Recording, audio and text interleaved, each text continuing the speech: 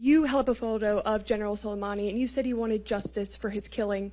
Now, thousands of your people are protesting the streets, saying they want justice for the killing of a 22-year-old woman whose only crime was wearing her hijab too loosely. But apparently a nationwide text message from your government has warned demonstrators that they would be prosecuted if they join protests. Now, why won't you hear their calls for justice? We've also seen the internet and social media apps shut down in Iran. What are you afraid the world is going to see? Thank you.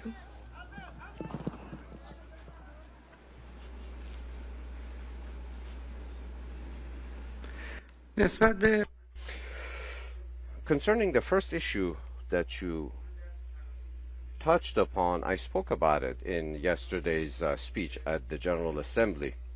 It is an incident that is being investigated, and what is being attributed to have occurred to a lady, and what is being spoken of today, talked about vis-a-vis her death, whether there is a party at fault, it must certainly be investigated. I contacted her family, the family of the deceased, at the very first opportunity, and I assured them personally that we will continue steadfastly to investigate that incident. Whether international organizations or other countries outside the country express preoccupations about this or not, our utmost preoccupation is the safeguarding of the rights of every citizen, and these things can occur in other places as well. I ask you the following: last calendar year, how many folks lost their lives at the hand of law enforcement personnel here in America?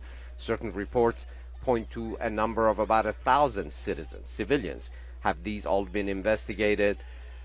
Did the newspapers all write that in one of the Western countries, for example, I want to touch upon something that occurred in Great Britain, where in 28 weeks time span, over 81 women were killed.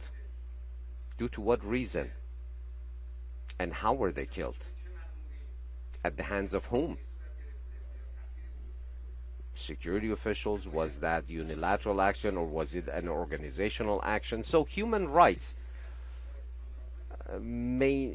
should not be talked about in a framework of double standards. We have said all along that we seek to realize justice, fairness, and be assured, rest assured, that whether it's vis-a-vis the deceased young lady or others, the Islamic Republic will not allow the trampling upon the rights of anyone.